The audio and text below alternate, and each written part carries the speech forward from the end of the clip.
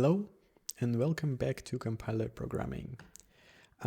Today, what I thought I will do is add something that any programming language should have and something that we don't yet, which is conditional and jumps. So essentially, I want to try to implement if statement in C-like languages. This is a bit tricky because it consists of kind of two parts. One of them is the comparison of values and the other is conditional jump. And from the time that I tried to do this, I remember the conditional jumps were somewhat tricky.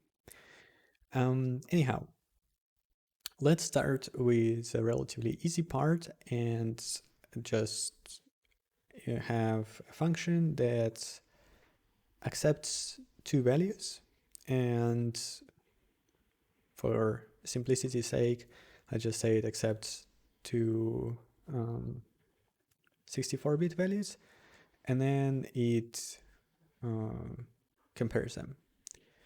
Although if it just compares them, it won't actually return anything to us. Well, I guess we figure it out. Okay. Should compare, or let's do a simple version. Basically, if the value is 0, the function should return us to us 0, and then otherwise it will return 1. So let's do that. Should have a function that returns 0 if arg is 0, 1, otherwise. Okay.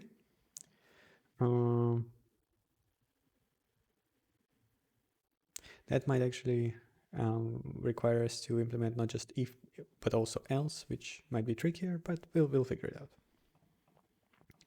Okay. Make is 0, or is non-zero, and that will be a 64 to, well, can be a 64, it doesn't really matter. I guess we can do even S32 here, that can do S32 here, that doesn't, I don't think it really matters. Okay, so we have make is non-zero, and then we will call this function with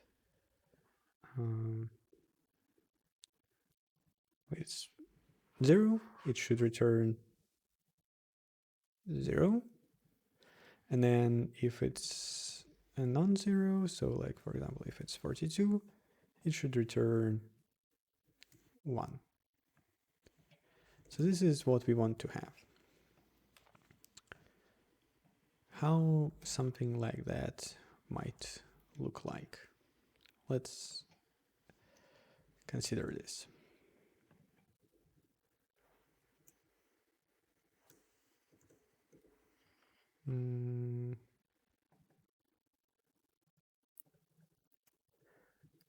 Function is non-zero, 0 is 0.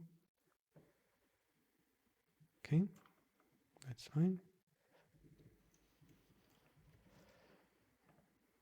So the basic stuff is going to be roughly the same.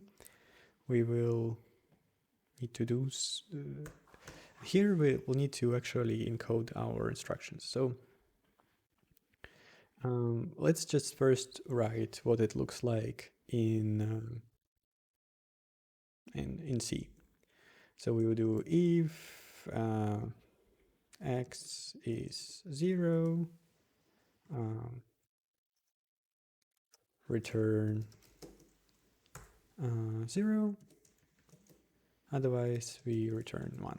Right? This would be the function that we want to implement. However,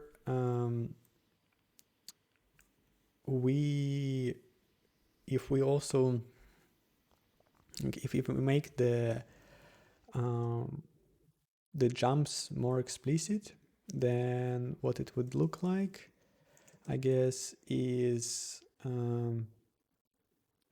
so if x, then we don't do anything. So in reality, we want the inverse condition here, right? Because if we try to write this code with jumps, then what we want is we put a label here. So we say like otherwise is a label, right? And here we say if not x, go to otherwise, right? So this is what looks like without kind of the blocks and the braces. This is more raw form of what we are trying to do. And this I guess this is what we will try to encode. How that encoding will look like. As I said, we'll need two instructions. We will need CMP, which compares two operands and sets the appropriate flags on a special register. And the second one is this jump if condition is met. And what we will need, I guess, so x equals 0. I mean, we could just shove the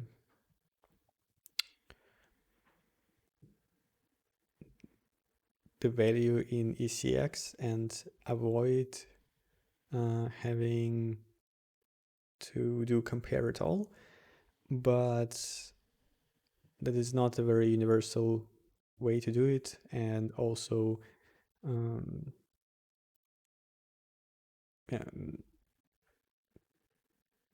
also we want to make compare work. Anyhow, how does compare look like?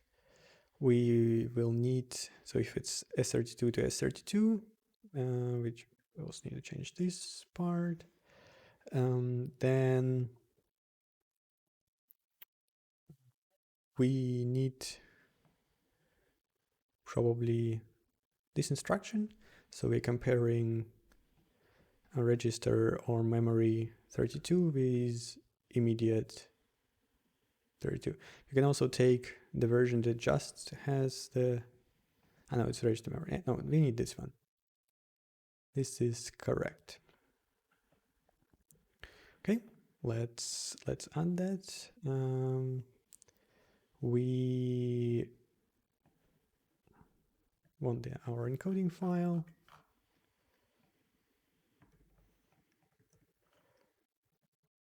Here is CMP.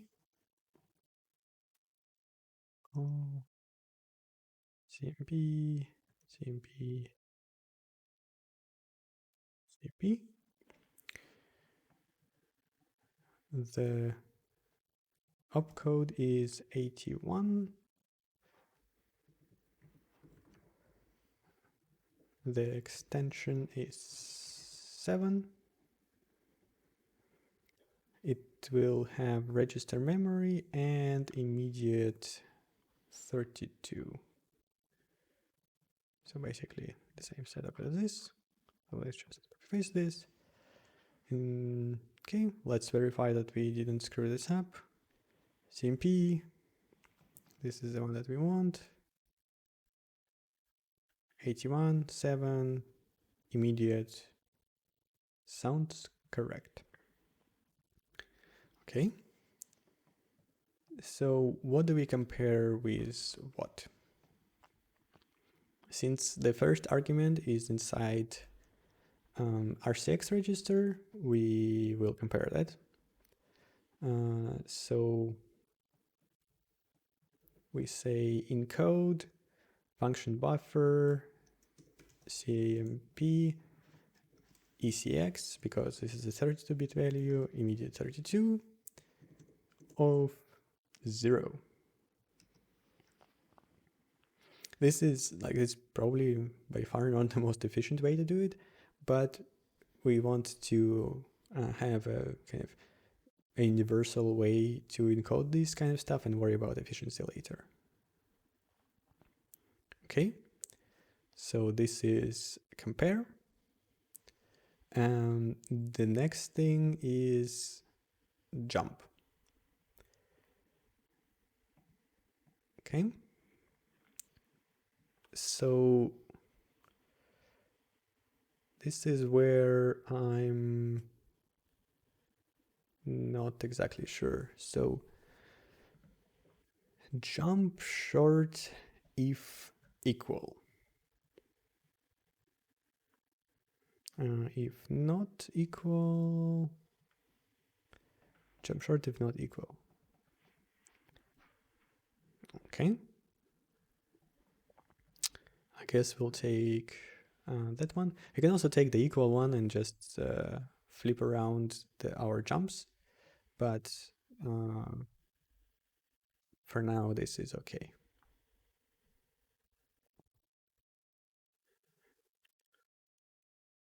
Coding. I think specifically for jump, I will create an extra macro because they're all very, very, very similar to each other. The only difference is this opcode. And moreover, some of them actually repeat. Like if you look at even this not equal, this line here is the same as this line here, because they exist for signed and unsigned numbers, and some of them are actually exactly the same for signed and unsigned. Anyway, this is the one we want. For now, let's just say G and Z, and it is 75, and then it's byte. So I guess it will be like this. Actually, it only accepts one, so the other one should be none. 75. 75. It does not have an extension, which I believe we have here for some other instruction. So it's like this. And let's verify that I understood this correctly by actually trying to encode. Or so CMP ECX with 0. Yeah, actually that's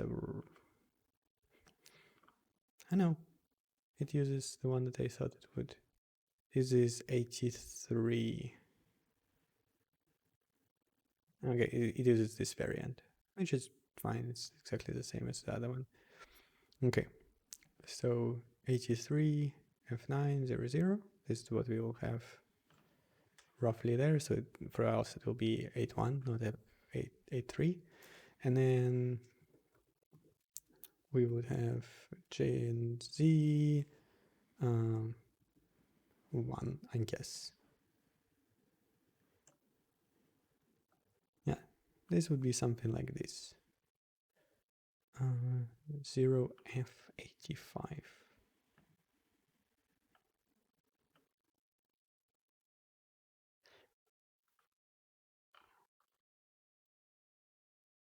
Interesting. So it actually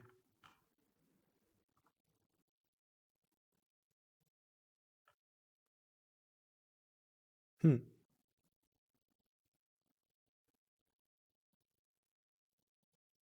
What if it's Gen Z2?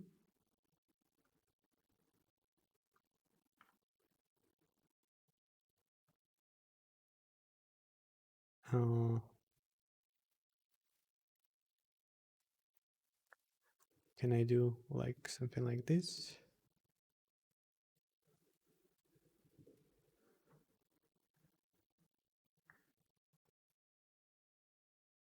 Oh, okay.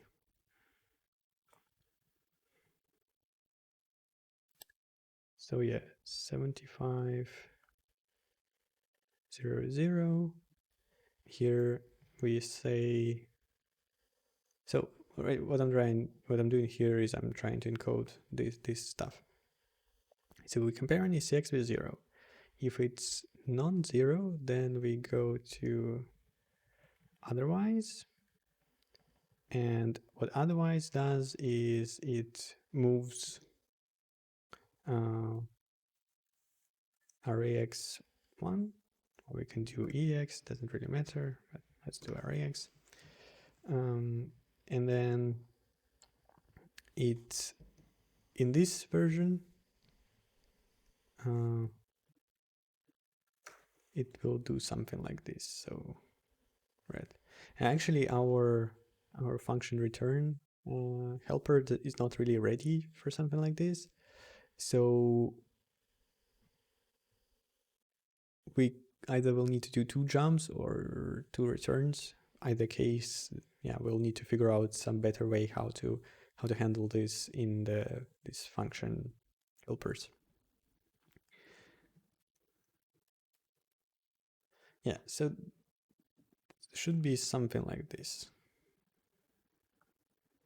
Compare, jump,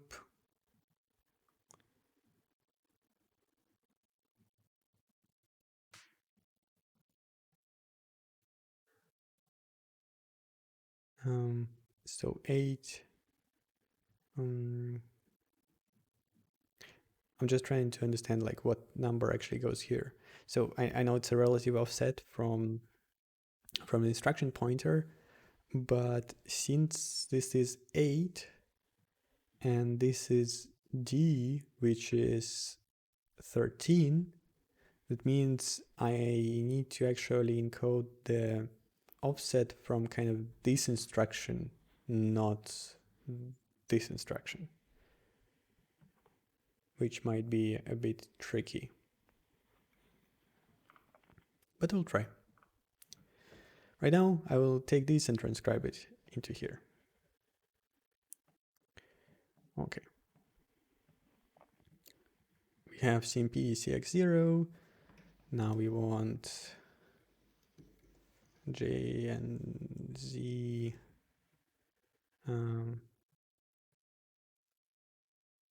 Get 8, 0, 0. Then move arrayx 0. This is simple. It's going to be terribly inefficient, but doesn't matter.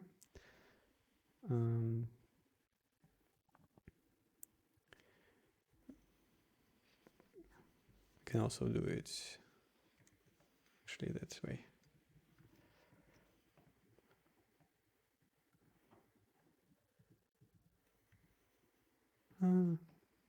Doesn't matter.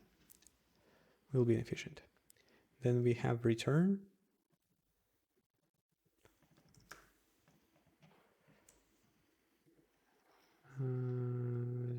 Zero, 0. And now comes the funky bit, right? Because we need to jump to here, but at the point where we encode the instruction, we don't actually know what will be that jump, right? We just we need to put something here, and we don't know what that is. I guess we'll need to have a special kind of value that is a special kind of operand, which is like label or something like this, so that we can later replace it with the right thing, I guess.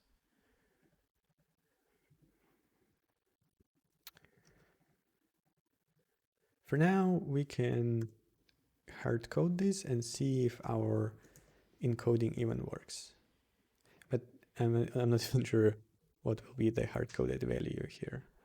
So that might be slightly tricky. How should I do this?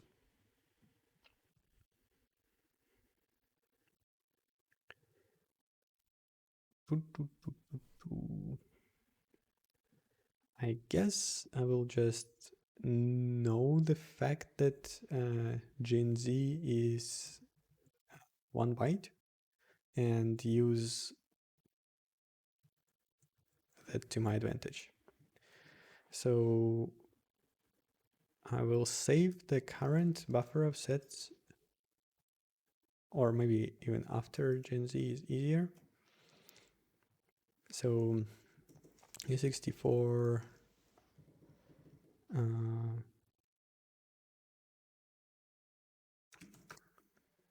start, or let's call it instruction pointer, will be this function buffer occupied. Then we say that U8 patch is function buffer. Do I have like as U8 minus 1? It's U8 star patch. Okay. We need to jump to here. So we will say that the 64 diff is function buffer occupied minus IP. IP stands for instruction pointer. We can do for now assert that diff is less than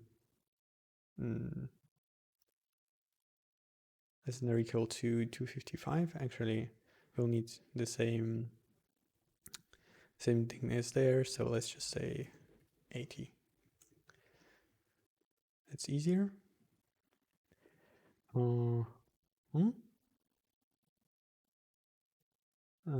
And then we now need to patch. So we say star patch is our diff. Okay. That is that. It should probably just like encoding should probably work, but we'll see. CMP encoding least redefinition multiple initialization. Yep, sorry about that. It shouldn't be CMP, it should be GNZ.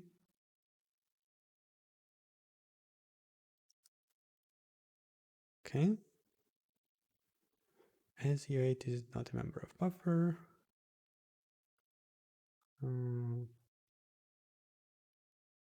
Okay, memory is already U8, so that's fine. Patch is U8 of diff, because we just checked that it's small enough. This is a perfectly safe operation to truncate 64 to U8. Okay. It does build, but I will probably not even try to run it without the debugger, so we can look at the generated code.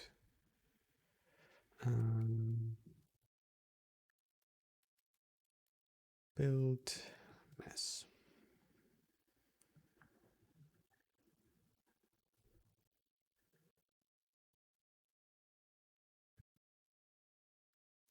Okay.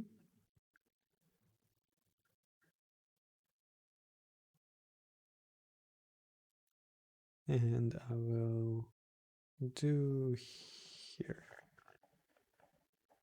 How do I? Okay, it needs to go here. Okay. Let's try this out. Exception thrown. Access violating. Writing location. Oh yeah. Definitely wrong. So this shouldn't be function buffer memory. This should be function buffer memory plus occupied -1. Okay, better. Let's try again.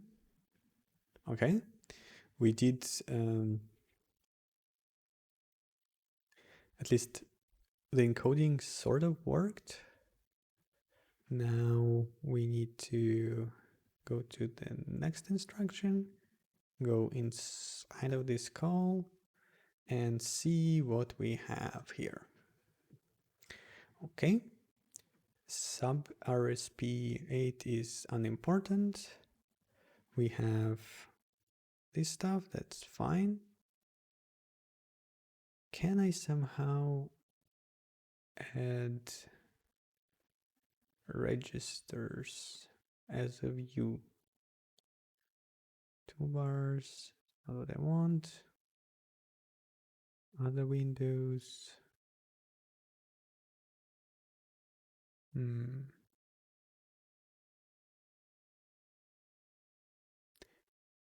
pretty sure the register window exists. I just have no idea how to bring it up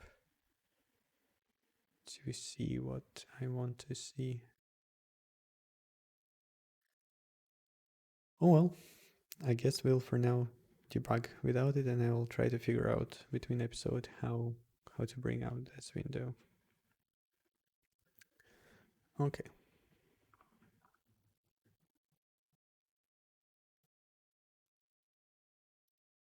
So we compare. We jump if not equals. So I think in the first test we passed 0. So we jump if this is not 0. So ideally we should just go to this next instruction if everything is fine. And indeed we do, and we return, and we return.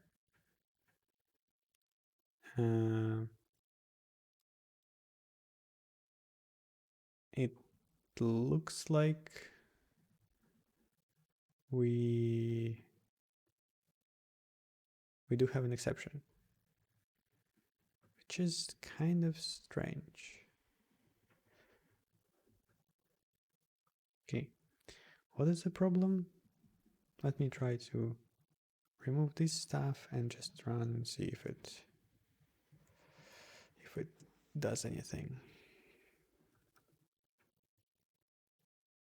Okay, so it does crash. Why does it crash? Oh, yeah, okay, because the stack is completely messed up right now, which is not good. So I guess we do need to do this instead of just return. What does function return actually do? It checks the reserve and alignment.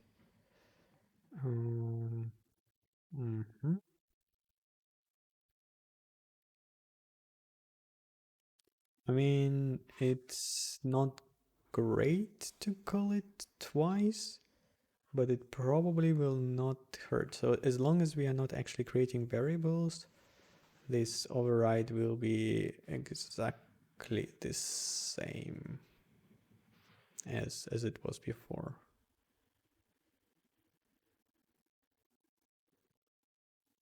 Yeah. Let's try it out and let's see what the resulting code will look like. So we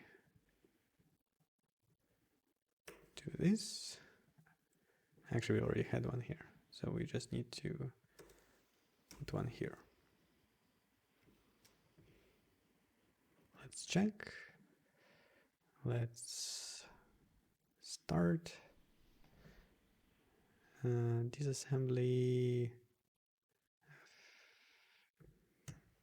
Going to call. Yeah, so in this particular situation, actually, we'll do the right thing.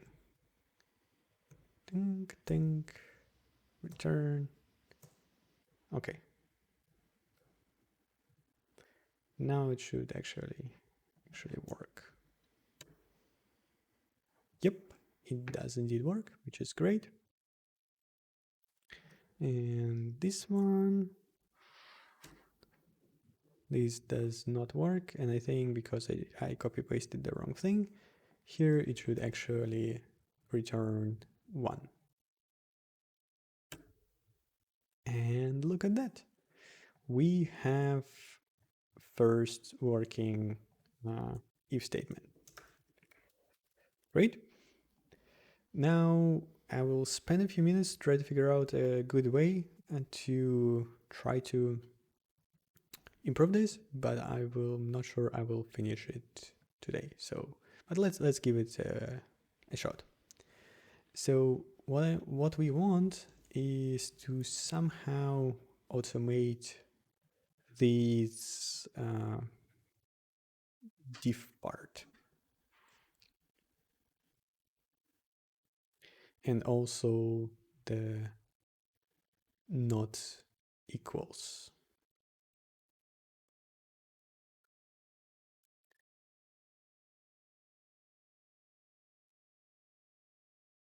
So what if we make a function that will return to us basically the patch location, and then we create another function that is taking care of that patch. So let's try that. U8 star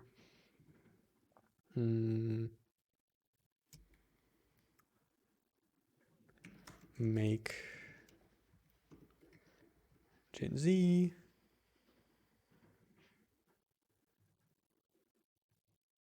Okay, it doesn't actually accept any arguments because this will always be 0, or I can make it CC so it's maybe slightly easier to see when we screwed up.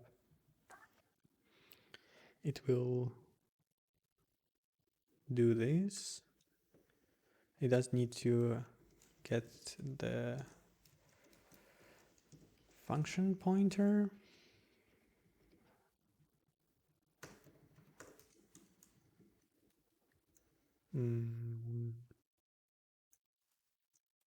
Like this. What else does it need? It needs to, yeah, and now it needs to return to us this stuff. Okay, so we actually need 2 pieces of information. We need to know what was the instruction pointer after the instruction, and we also need to know where to write in memory. So let's quickly create a struct that will hold these 2 pieces of information. What do we call it? Unimaginatively, we will call it patch. U8 is address, or yeah, relative address. I don't know, address, whatever. And then let's call it location, because address is very ambiguous in this context, because you might think that it's a memory address. Location is also ambiguous, but at least it's, I guess, less so, at least sounds to me like. And we need the current instruction pointer, which for us is the just how many bytes have you already written to the buffer. Good. We return these 2 things. Turn const patch of location is patch, and then IP is IP. I could also probably just do this inline, but it doesn't matter. Okay, this is make GNZ, and we say patch is make GNZ of function. Good. And here we need to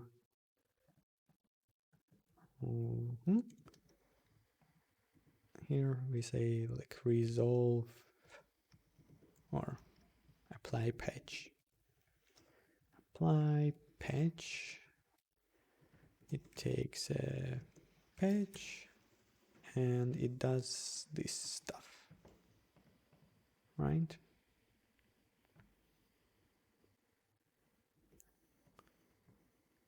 No, it doesn't do the return, so let's be careful. It does this. Okay.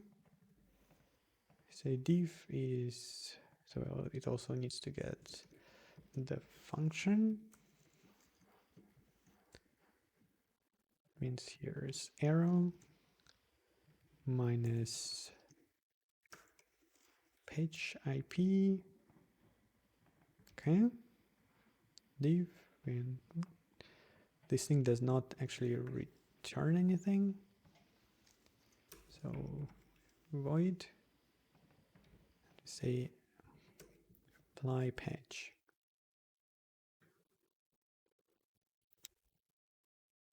Or shouldn't be apply patch, it should be like page jump to here. Gets the function and it gets our patch. Oops. That did not work because it should be function like this and function like this. I think that whole arrow and dot thing is one of the stupidest part about C and C++, but oh well.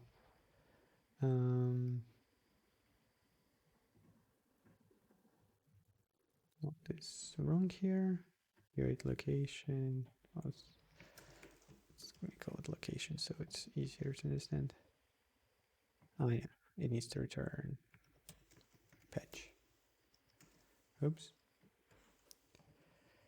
Always pressing the wrong button.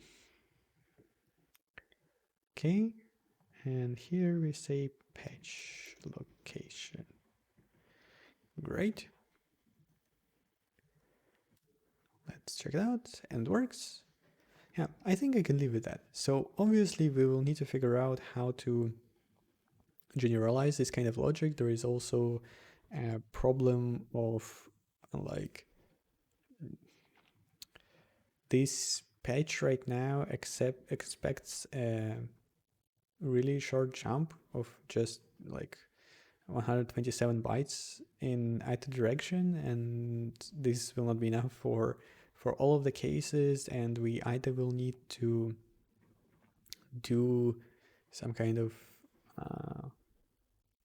so this is where the need for intermediate representation usually comes in, right? Because if you want to make precisely the correct instructions, you either do that by hand, which is not what we want to do eventually, or you will have to first scan through the function, check, okay, what is the difference between these, the point where we are jumping from and the point where we're jumping to.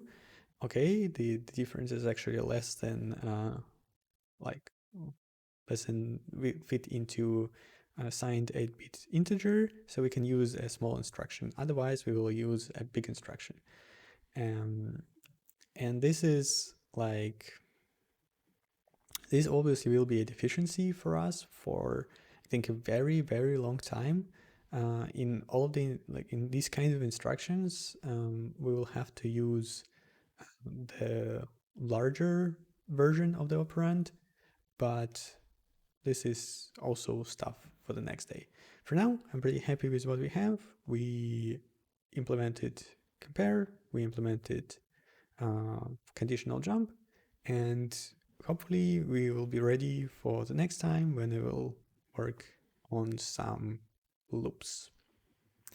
With that, thank you very much for watching and see you next time.